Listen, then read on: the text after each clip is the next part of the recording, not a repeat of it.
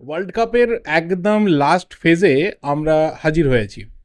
দুটো সেমিফাইনাল, একটা থার্ড প্লেসের ম্যাচ যেটার খুব একটা গুরুত্ব আছে বলে মনে হয় না, এবং তার সাথে মেগা ফাইনাল, অর্থাৎ ইম্পর্টেন্ট আর তিনটে ম্যাচ বাকি রয়েছে। থার্ড প্লেস ম্যাচটা তাদের জন্য যারা ব্রোঞ্জ মেডেলটা জিততে চায়, কিন্তু আমাদের টার্গেট হচ্ছে দুটো সেমিফাইনাল এবং তার সাথে ফাইনালটাকে উপভোগ করা। প্রথম যে সেমিফাইনাল রয়েছে অর্থাৎ স্পেন ভার্সেস ফ্রান্স, সেই ম্যাচ নিয়ে যদি বলি তাহলে এটা তো একদম দিনের আলোর মতো পরিষ্কার যে অনেকেই প্রায় মানতে শুরু করেছে যে এটা একটা ডামি ফাইনাল। অর্থাৎ দুটো এমন টিম, একদিকে ফ্রান্স যারা 16টা গোল করেছে এবং সেই 16টা গোল হচ্ছে ডমিনেটিং গোল, তার উল্টো দিকে যে টিমটা রয়েছে স্পেন, তারা আবার গোল কনসিড করেছে জাস্ট একটা। ইয়েস, জাস্ট একটাই গোল, সেটাও আবার লাস্ট ম্যাচ বেলজিয়ামের বিপক্ষে।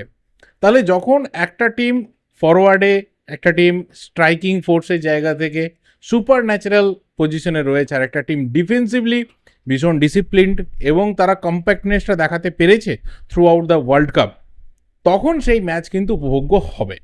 আমি আমার আগের ভিডিওতে এটা অবশ্যই শেয়ার করেছি যে এইবারে ফ্রান্সের যে টিম যেভাবে পারফরমেন্স ওরা রেখেছে, সেখানে ফ্রান্সকে হারানোর মতো খুব একটা প্রতিপক্ষকে আমি দেখতে পাচ্ছি না। বাট আমি এটা বলতেও বাধ্য যে এই সেমিফাইনালে ফ্রান্সকে যদি কেউ হারাতে পারে, বা এবারের ওয়ার্ল্ড কাপে যদি ফ্রান্সকে কেউ প্রথমবারের মতো হারানোর ক্ষমতা রাখে, বা গোটা ওয়ার্ল্ড কাপের মধ্যে যদি কেউ হারানোর ক্ষমতা রাখে, সেটা কিন্তু আবার স্পেনের কাছেই রয়েছে। স্পেনের কয়েকটা জিনিস কিন্তু খুব সুন্দর।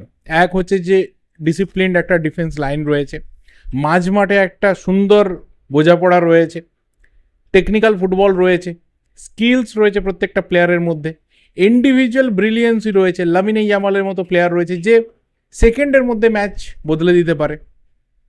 তো ফ্রান্সের এরকম একটা কোথাও ডিস্ট্রাক্টিং রানকে যদি কারা স্টপ করতে পারে, সেটা হচ্ছে একমাত্র স্পেন। এবং আমরা ওয়ার্ল্ড কাপের এমন একটা ফেজে এসে হাজির হয়ে গেছি যখন টপ 4 নেশনস আর ইন সেমিফাইনাল। এখান থেকে তো আর অঘটন কিছু হবে না, এখান থেকে যা হবে সেটা ঘটনা। তাহলে যদি স্পেন ফ্রান্সকে হারিয়ে দেয়, অঘটন তো ডেফিনেটলি হবে না, কারণ স্পেন সেই ক্ষমতা রাখে। লাস্ট কিছু মিটিংয়ে ইন্টারন্যাশনাল ফুটবলে ফ্রেন্ডলিতে স্পেন কিন্তু ফ্রান্সকে বিট করেছে, স্ট্রাগল করেছে ফ্রান্স স্পেনের এগেনস্টে। সেখানে খুব টেকনিক্যালি যে জায়গাটা ফ্রান্সের সব থেকে বড় প্রবলেম হয়েছে স্পেনের এগেনস্টে, সেটা আবার একটু রিভার্সে। সেটা হচ্ছে ফ্রান্সের ডিফেন্স কিন্তু একটু স্ট্রাগল করেছে স্পেনের সামনে, যেখানে লামিনে ইয়ামাল বা দানি অলমো তারা কিন্তু সেই জায়গাটা তৈরি করেছে যে কোথাও ফ্রান্সের ডিফেন্সকে, ওই রকম একটা রক সলিড ডিফেন্সকে ট্রাভেল দেওয়া যায়।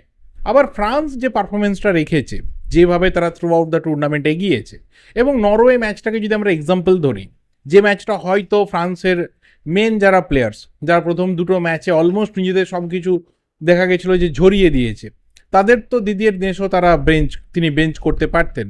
তিনি বেঞ্চ থেকে কিছু প্লেয়ারকে নিয়ে এসে স্টার্টিং 11-এ কিছু প্লেয়ারকে জুড়ে তিনি নরওয়ের এগেনস্ট একটা 11 বানাতে পারতেন, যেটা নরওয়ে কোচের কিন্তু স্ট্র্যাটেজি ছিল। হ্যাল্যান্ড, ওডেগার্ড, নুসা সবাইকে তিনি বসিয়ে দিয়েছিলেন। ফ্রান্স কিন্তু সেটা করেনি।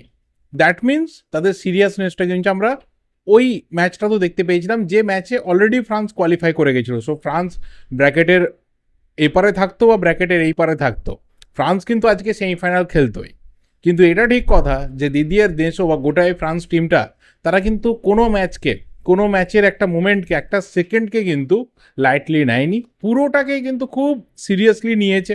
এবং ডমিনেশন সেটা তারা মাথার মধ্যে ইনবিল্ড করেই মাঠে নামে। সো এই ম্যাচটা শুধুমাত্র এই ওয়ার্ল্ড কাপের হয়তো বেস্ট ম্যাচ নয়, রিসেন্ট পাস্টে হয়তো আমরা গতবারে যে ওয়ার্ল্ড কাপ ফাইনালও দেখেছিলাম, মেবি তার থেকেও আরও একটা হাইলি কোয়ালিটি ম্যাচ আমরা এই সেমিফাইনালটাতে হয়তো দেখতে যাচ্ছি।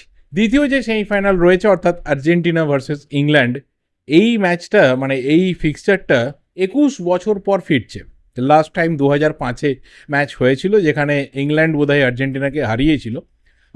তারপর 21 বছর পর কিন্তু ইংল্যান্ড এবং আর্জেন্টিনা একে অপরের মুখোমুখি হবে, এবং আর্জেন্টিনা যেভাবে সেমিফাইনালে রিচ করেছে, যেভাবে স্ট্রাগল করেছে, যেভাবে সাফোকেট করেছে, এবং একটা সময় মনে হচ্ছে যে টিমটা অলমোস্ট এক্সস্ট করে গেছে, সেখান থেকে যেভাবে কামব্যাক করেছে, সেটা কোথাও একই রকম রিফ্লেকশন কিন্তু এই আর্জেন্টিনাকে ইংল্যান্ডের এগেনস্টে দেখাতে হবে।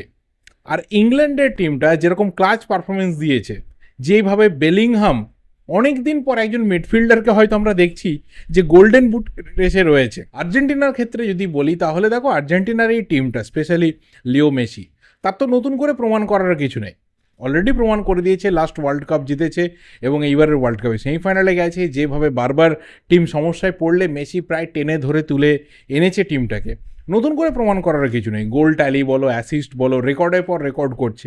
একটা সময় মেসি রেকর্ডকে চেজ করতে, এখন রেকর্ড মেসিকে চেজ করছে। তো মেসির নতুন করে কিছু পাওয়ার নেই, নতুন করে কিছু হারানোর নেই। এখান থেকে যা কিছু হবে সেটাই কিন্তু মেসির ক্যাবিনেটে অলরেডি যোগ হয়ে গেছে। মেসি জাস্ট এই ওয়ার্ল্ড কাপটাকে কোথাও এনজয় করতে এসেছে, সেটা আমরা প্রত্যেকটা ম্যাচে দেখেছি। কিন্তু যদি আমরা ইংল্যান্ডের কথা বলি তাহলে ইংল্যান্ডের কিন্তু ভাই প্রমাণ করার রয়েছে, বিকজ সেই 1966-এর ওয়ার্ল্ড কাপ, সেটাও আবার বিভিন্নভাবে বিতর্কিত সেই ওয়ার্ল্ড কাপ বা ওয়ার্ল্ড কাপ ফাইনাল, সবই আমাদের জানা ইতিহাসের পাতা থেকে। But still winner is winner at the end of the day. কিন্তু তারপর গোটা 60 বছর ধরে কার্সকে বয়ে নিয়ে বেড়াচ্ছে ইংল্যান্ড। প্রতিবারে কিন্তু তারা চোকার্স হিসেবে থাকে, কখনো সেমিফাইনাল, কখনো কোয়ার্টার ফাইনাল, কখনো রাউন্ড অফ 16, কখনো বা গ্রুপ স্টেজ, এইসব জায়গা থেকে ইংল্যান্ড বেরিয়ে যায়।